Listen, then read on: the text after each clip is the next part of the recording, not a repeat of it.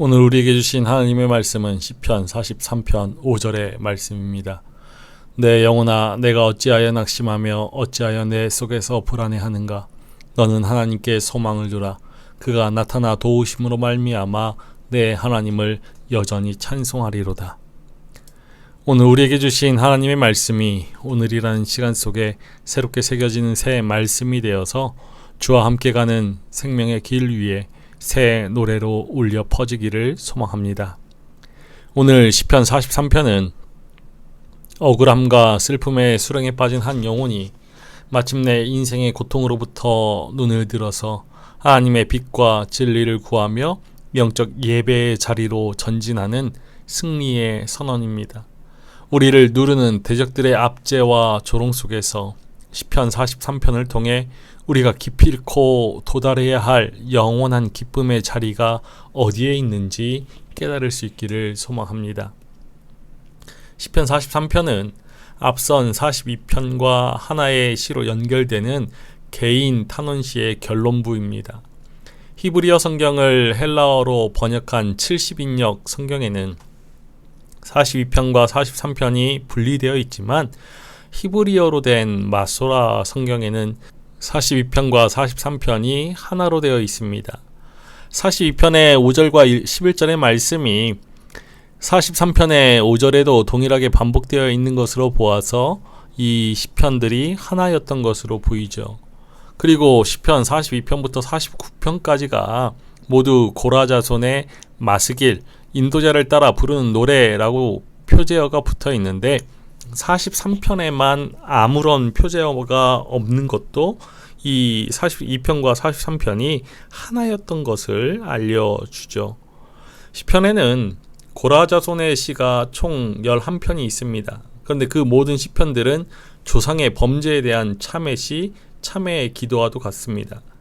그래서 고라 자손들의 시는 하나님과 교제하며 하나님을 섬기는 것이 얼마나 복된 일인지 잘 나타나 있고 하나님의 전을 사모하는 간절함도 잘 나타나 있습니다. 그리고 고난 중에서도 하나님을 어떻게 신뢰해야 하는지를 잘 보여주죠.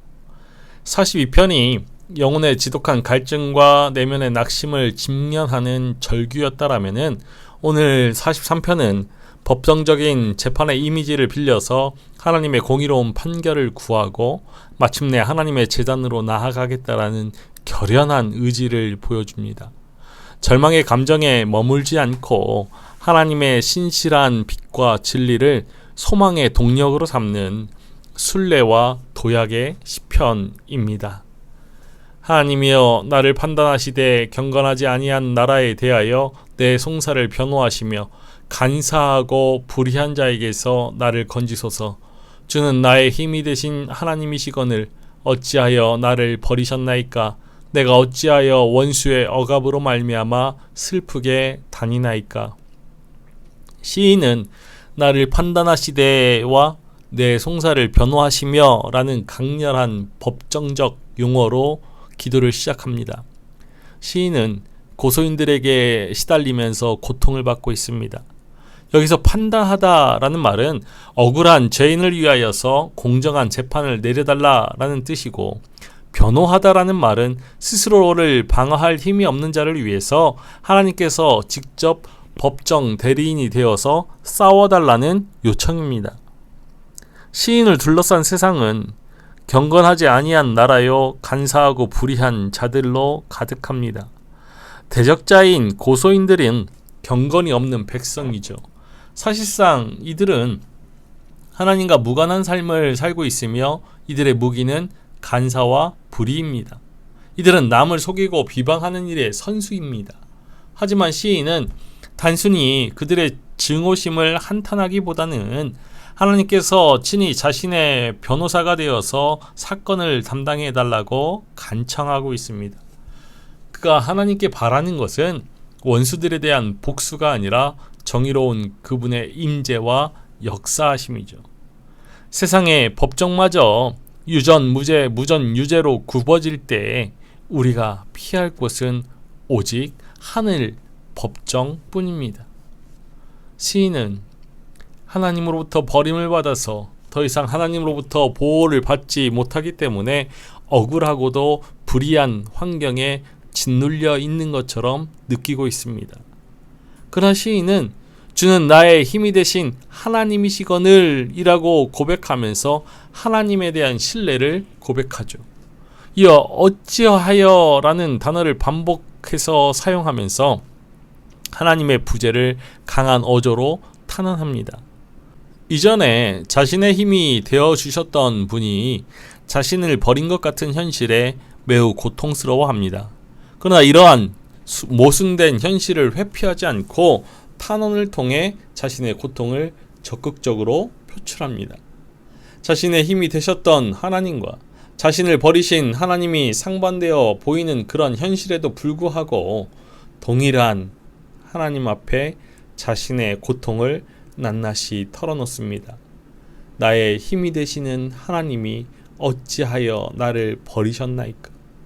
멀리 계신 하나님의 응답이 들리지 않는 상황에서도 시인은 신뢰를 굳건히 함으로써 하나님과 연결된 끈을 놓지 않고 대화를 끝까지 이어나가죠. 이것은 현실을 뛰어넘는 믿음에 근거한 용기 있는 행동입니다. 참된 기도는 우리가 당하는 슬픔의 현실보다 우리를 도우시는 하나님의 속성이 훨씬 더 크고 단단함을 입술로 끊임없이 확증하는 영적 선포인 것입니다. 주의 빛과 주의 진리를 보내시어 나를 인도하시고 주의 거룩한 산과 주께서 계시는 곳에 이르게 하소서. 이제 시인이 드리는 기도의 정서가 달라집니다. 현실에 잠시 눈 감고 하나님을 바라보고 하나님께서 행하신 일들을 기억하죠. 그렇게 묵상하는 중에 낙심했던 마음이 회복되고 믿음이 되살아납니다. 세상의 어둠 속에서 상복을 입은 듯 슬프게 걷던 시인은 마침내 구체적인 구원의 도구를 구합니다. 바로 주의 빛과 주의 진리입니다. 주의 빛과 주의 진리는 하나님의 속성으로 의인화되어서 언급되고 있죠. 주의 빛과 주의 진리를 보내시어 나를 인도하시고.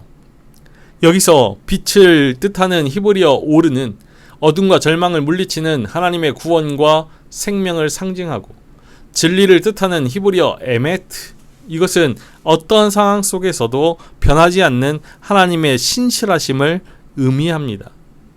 빛과 진리는 하나님께서 시인에게 보내신 두 명의 거룩한 호위병이죠. 절망의 수렁에 빠져서 길을 잃은 시인을 호위하며 마침내 하나님의 임재가 있는 주의 거룩한 산과 주께서 계시는 곳으로 안전하게 인도하는 영적 길잡이인 것입니다. 시인은 하나님께서 보내주시는 빛과 진리의 인도를 받아서 주의 거룩한 산과 주께서 계시는 곳으로 가기를 간구합니다. 생명의 하나님께 가까이 가는 것이야말로 모든 문제를 해결할 수 있는 답이기 때문이죠. 우리가 고난의 밤을 통과할 때 우리의 힘과 지혜로는 한 걸음도 내디딜 수 없습니다. 오직 주님의 말씀의 빛과 변함없는 신실함이 우리를 호위해 주셔야만 우리는 비로소 낙심의 자리를 박차고 일어나 예배의 자리로 나아갈 수 있습니다. 그런즉 내가 하나님의 제단에 나아가 나의 큰 기쁨에 하나님께 이르리이다. 하나님이여, 나의 하나님이여, 내가 수금으로 주를 찬양하리이다. 빛과 진리의 호위를 받은 시인이 최종적으로 도달한 목적지가 어디입니까? 바로 하나님의 제단입니다. 지성소 입구에 있는 하나님의 제단에서 하나님의 현존을 체험할 수 있죠. 시인은 하나님의 제단에 이르러서 자신을 버리신 하나님이 아니라 자신의 힘이 되시는 하나님을 만납니다. 그곳에서 시인은 하나님을 향해 위대한 고백을 드립니다. 나의 큰 기쁨의 하나님. 이 표현을 직역하면 내 기쁨의 환희이신 하나님이라는 뜻입니다. 히브리어에서 기쁨을 뜻하는 가장 강렬한 두 단어가 겹쳐진 중언법적인 표현이죠. 앞서 42편에서 시인은 내가 어느 때에 나아가서 하나님의 얼굴을 배울까 라고 말하면서 하나님의 부재를 탄식했지만, 이제 시인은 하나님의 응답을 확신하고 하나님의 임재를 바라보면서 선취적인 기쁨을 고백합니다. 세상에 그 어떤 성공이나 물질이 주는 기쁨과는 비교할 수 없는 존재의 근원이 뒤흔들리는 지고한 기쁨을 뜻하죠. 웅덩이와 수렁 속에서 원수들의 조롱소리에 귀 기울일 때에는 눈물이 음식이 되었지만, 빛과 진리를 따라 하나님의 제단 앞에 엎드릴 때 내 영혼은 비로소 큰 기쁨으로 가득 차게 됩니다. 슬픔으로 가득했던 손에 다시 찬양의 도구인 수금을 쥐고서 하나님이여 나의 하나님이여 고백하는 것, 이것이 바로 예배자가 누릴 최고의 특권이자 회복의 증거입니다. 하나님을 향한 찬양의 열망이 얼마나 큰지 하나님을 나의 하나님이여 라고 2번 강조해서 부르고 있죠.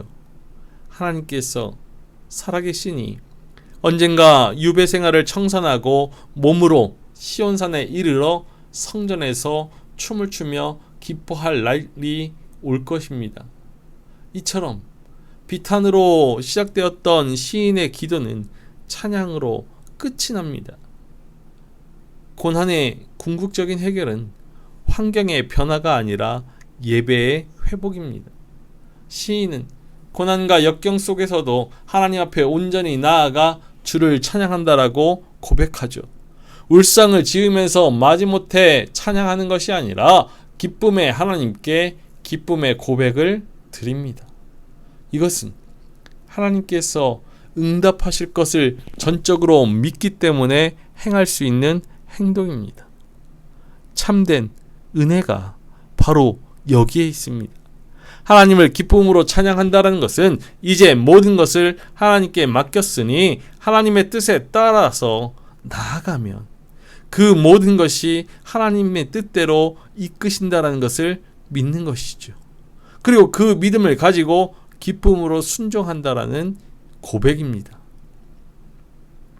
내 영혼아, 내가 어찌하여 낙심하며 어찌하여 내 속에서 불안해하는가? 너는 하나님께 소망을 두라. 그가 나타나 도우심으로 말미암아 내 하나님을 여전히 찬송하리이다. 시편 42편에서 시작된 이 긴 영적 순례의 여정은 다시 한번 자신의 영혼을 향해 선포하는 장엄한 후렴구로 마침표를 찍습니다. 시편 42편의 5절과 11절, 그리고 오늘 43편의 5절에 이르기까지 3번이나 반복되는 이 외침은 단순한 도돌이표가 아닙니다. 42편의 외침이 웅덩이 속에서 터져나온 비명 섞인 다짐이었다라면, 오늘 43편의 외침은 하나님의 빛과 진리를 경험하고 제단 앞에서의 기쁨을 바라보며 선포하는 확신에 찬 최종 승리의 선언이죠. 하나님께 소망을 두라 라는 말씀은 믿음의 확신을 담은 말입니다. 그리고 도우심은 하나님의 실질적인 구원을 나타내죠. 그래서 시인은 스스로 낙심하지 말고 불안해하지 말라고 격려합니다. 환경은 여전히 어둡고 간사하고 불의한 자들은 여전히 득세하고 있을지 모릅니다. 상황적으로 낙심이 되고 불안에 떠는 처지에 있습니다. 그러나 시인의 내면은 더 이상 바닥에 납작 구부러지거나 불안하게 으르렁거리지 않습니다. 이미 하나님의 제단에 이르는 영적인 도약대를 발견했기 때문이죠. 모든 문제가 이제 하나님의 손에 달려 있으며 그 어려움 속에서도 하나님께서 나와 함께 하신다는 것을 깨달은 것입니다. 나는 내 하나님을 여전히 찬송하리로다. 이 고백과 함께 시인의 탄식은 찬송으로, 슬픔은 큰 기쁨으로 완전히 뒤바뀌죠. 시편 42편이 자기 자신과의 내적인 대화라면은 43편은 하나님과 대화를 나누는 외적 대화입니다. 42편은 지난날을 동경하면서 과거에 머물러 있지만 43편은 동일한 상황에서도 하나님께서 빛과 진리를 보내주실 것이라는 확신을 품고 미래로 나아갑니다. 우리는 내면의 고민을 하나님 앞에서 드러내고 하나님께 호소할 때 찬양의 삶을 회복할 수 있습니다. 그리고 그 순간 자기 연민은 안개와 같이 사라지고 자기 확신과 찬양이 아침 해와 같이 솟아오르죠. 시편 43편은 고난 속에서 우리가 구해야 할 진짜 기도 제목이 무엇인지를 가르쳐 줍니다. 우리는 흔히 원수가 사라지거나 환경이 바뀌기만을 구하지만 오늘 시인은 우리의 삶을 호위할 주의 빛과 진리를 구하였고 결국 우리가 도달해야 할 하나님의 제단을 구했습니다. 하나님에게 눈뜨지 못하면 세상의 불의함과 억울함은 나를 평생 슬픔의 상복을 입고 살게 만드는 감옥이 될 뿐입니다. 하지만 하나님께 눈을 뜨면 내게 내리쬐는 주의 빛과 신실하신 진리는 도리어 나를 가장 안전하게 하나님의 제단으로 이끄는 영적 길잡이가 될 것입니다. 오늘 우리는 우리를 향한 세상의 속임수와 억울한 현실 앞에서 영원히 낙심한 채 가라앉지는 않습니까? 우리의 힘으로 변명하려 하지 말고 하늘 법정의 재판장이신 하나님께 우리의 송사를 전적으로 맡겨야 합니다. 그리고 어두운 현실의 밤에 우리의 생각과 감정을 의지하지 말고 우리를 호위하여 인도하실 주의 빛과 진리를 간절히 구해야 합니다.